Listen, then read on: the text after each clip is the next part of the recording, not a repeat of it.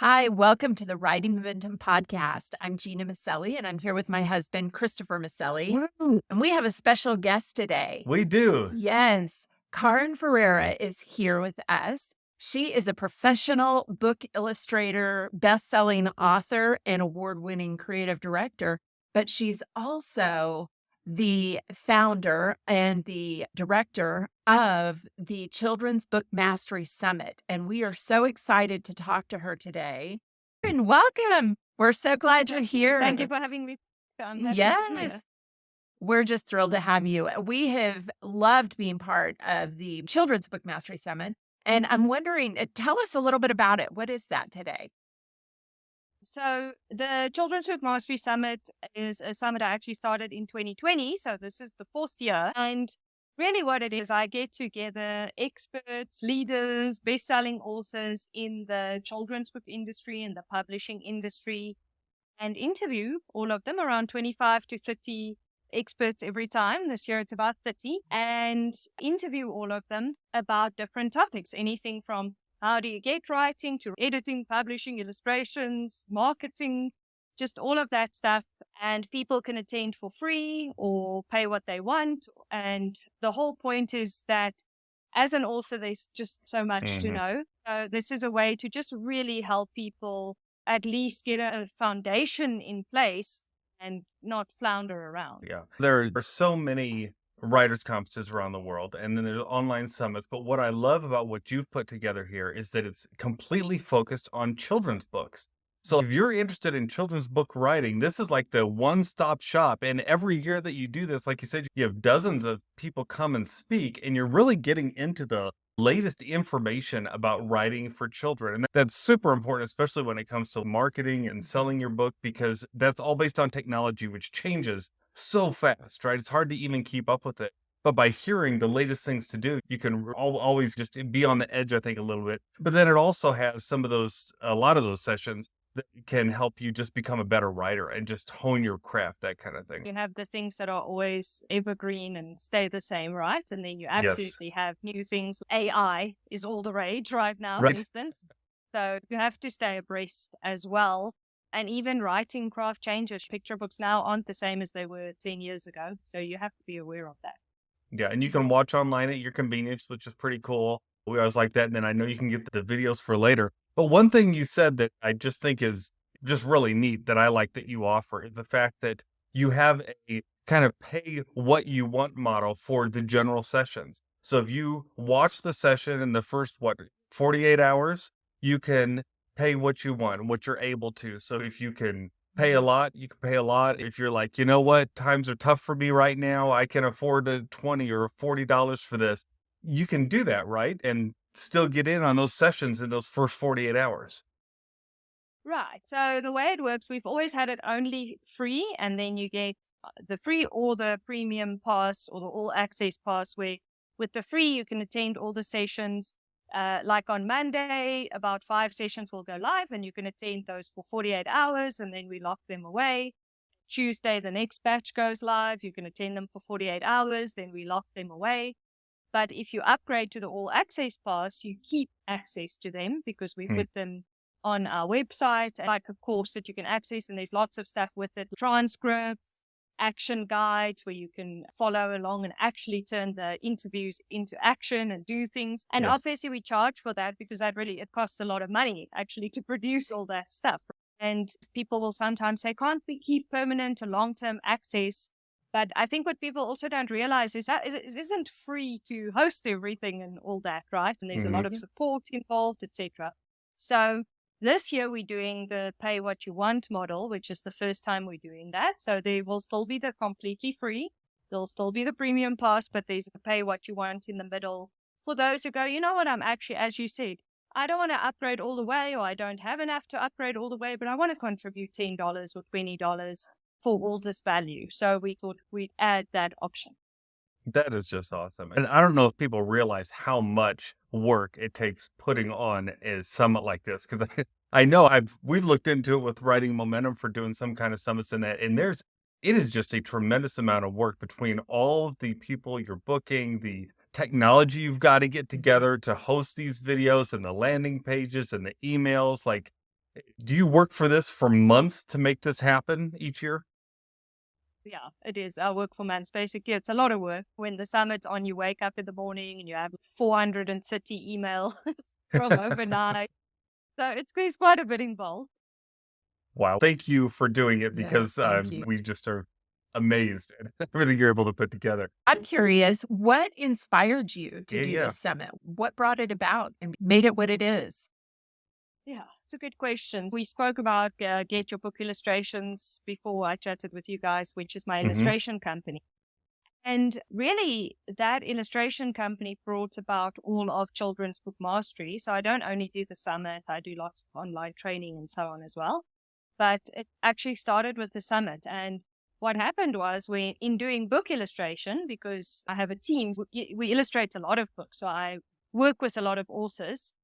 And I saw all the time two main things. I saw many things, but two main things. Either the person would come to get their illustrations and they're investing all this money and time and energy into the illustrations, and then they're going to publish and they doing all these things, but you receive the manuscript and the manuscript isn't good. And I always hate that, but that's just the simplicity of it. And then I was like, they invest, but they didn't really know they needed to look into writing craft and learn how to write, etc. And then the other part was, for instance, someone's book would be done and they would be like, okay, the book's done. What do I do now? And What variations now? thereof. And I was like, oh, okay. And then, of course, with that being said, you go check on their book on Amazon months later, because I'm like that. I like to see what happened with people I worked with. And they have maybe one review. And Mhm. I really hated seeing that. I really felt like this person put like their heart and soul into the book, and it's something that was important to them. And that has to be a real letdown that, oh, okay, nothing happened when they published it. So that's really where the summit came about. I was like, okay, people need help. People don't really know what they're doing.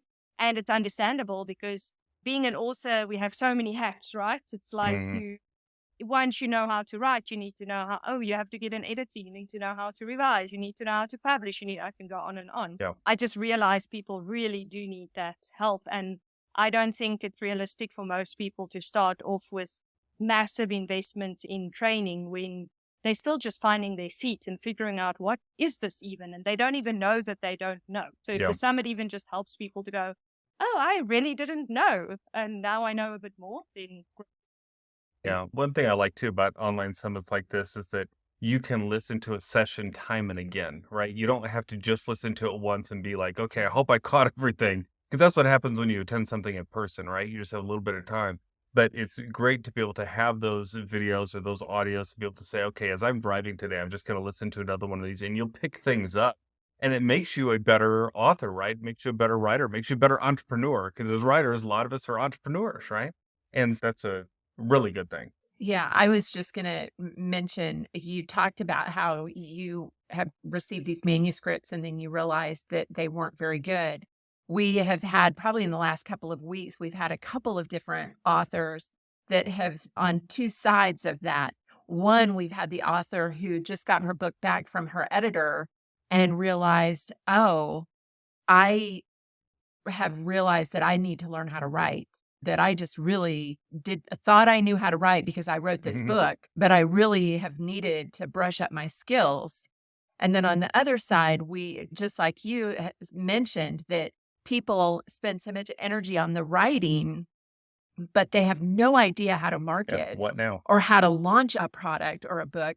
And then and we see this so many times where they get their book and they just launch it, they just publish it with no strategy at Mhm. all. And it's heartbreaking to see that because then it just crashes and and burns. it's a lot of work. It's a lot of work to just throw it out, and then that's that. Yeah. Right? And you Yes. tend to like when people publish a website for the first time, they tend to think, oh, now people are going to go to the website because it's out there. But no one knows it's there. They don't know how to get to it. It's the same with books. There are so many books in the market today that even if you put your book on Amazon, it can get lost unless you know how to promote it and how to Right. get it noticed. Exactly. Yeah. I use that exact analogy. It's exactly like putting your website out there and thinking, right, I'm going to get like 1 million visitors. Yeah. There may have been a day when that happened, but I don't remember when it was. Oh. Too long ago. So tell us about some of the people that we're going to see on the Children's Book Mastery Summit.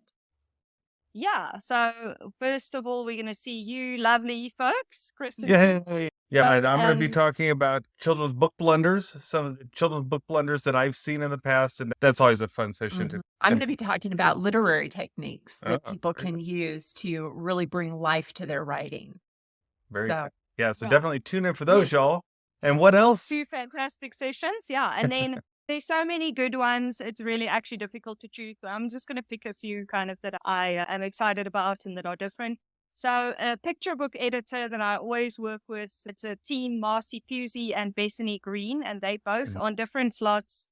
And Bethany is talking about how to become the author you want to be. And I wanted her on for that Mm. because she just has these amazing insights that's completely different to anyone else. So that's a really good one.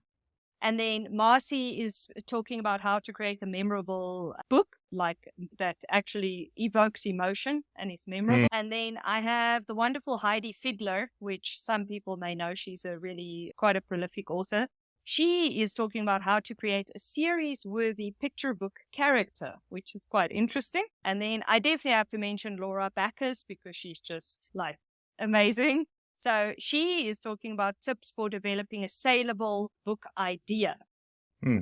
And then moving down, we have some fun ones like Keith Wheeler is talking about how to create activity books and puzzle books, which can be really great to add to your books or to expand your repertoire.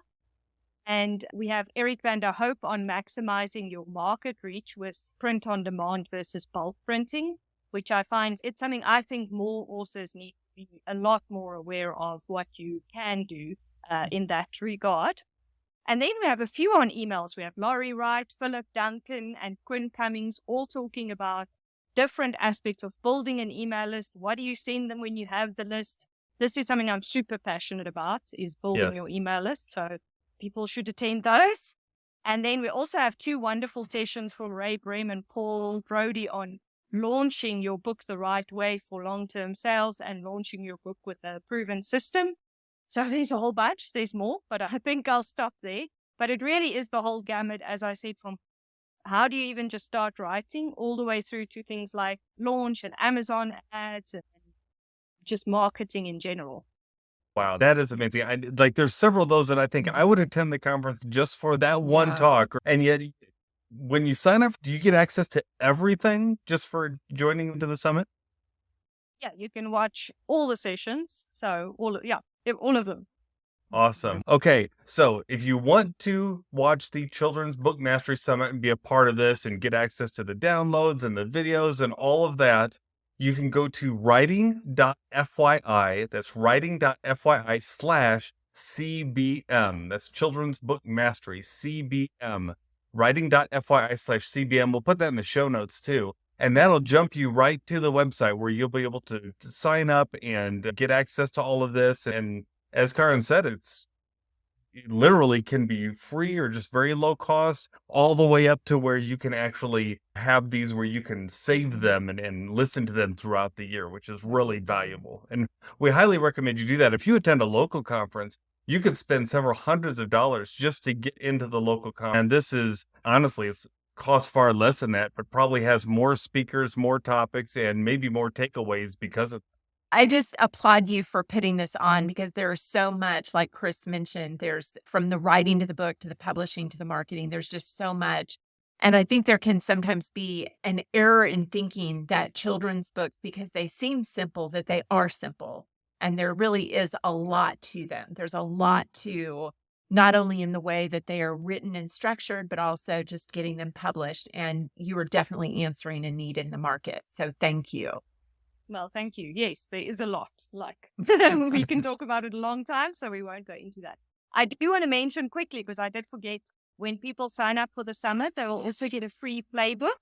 And the playbook actually has a lot of valuable advice. Like I take the top advice from each speaker, and you can really use that it's this really condensed powerhouse of the top things that each speaker says this can make the biggest change in your success.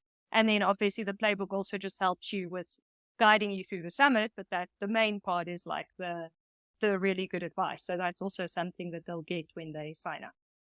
Yeah, that playbook's really cool because it's a PDF you download, right? And it's got things that you can just Mhm. read and fill out and all that sort of thing. It takes you through all the sessions, not just the ones you attend. This is a playbook that's got things from all the sessions in it, so it can be really insightful. All right. Hey, if you've enjoyed this podcast, please rate, review, subscribe, and share. Karin, thank you so much again for joining us. We look forward to joining you for the Children's Book Mastery Summit. And again, that URL, if you want to go and sign up for that, is writing.fyi/CBM. And we look forward to joining you there. Yeah, definitely. All right. Until Definitely. next time, what, Gina? Together we have writing momentum. Bye bye.